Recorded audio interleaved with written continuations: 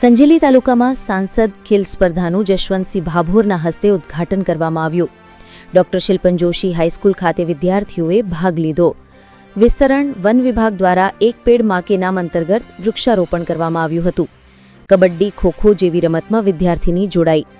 સંજેલી તાલુકામાં રમતગમત સંકુલ બનાવવા માટે સાંસદે 10 એકર જમીન ફાળવવા ધારાસભ્યને ભલામણ કરી હતી.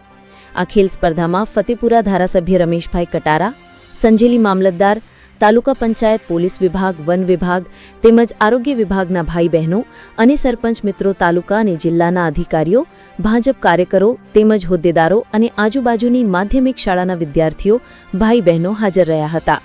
વિસ્તરણ રેન્જ વિભાગ દ્વારા એક પેડ માં કી નામ અંતર્ગત વૃક્ષારોપણ કરવામાં આવ્યું હતું, જ્યારે ડોક્ટર શિલ્પન જોશી હાઈસ્કૂલની બાળાઓએ સ્વાગત ગીત તેમજ સાંસ્કૃતિક કાર્યક્રમો રજૂ કર્યા હતા.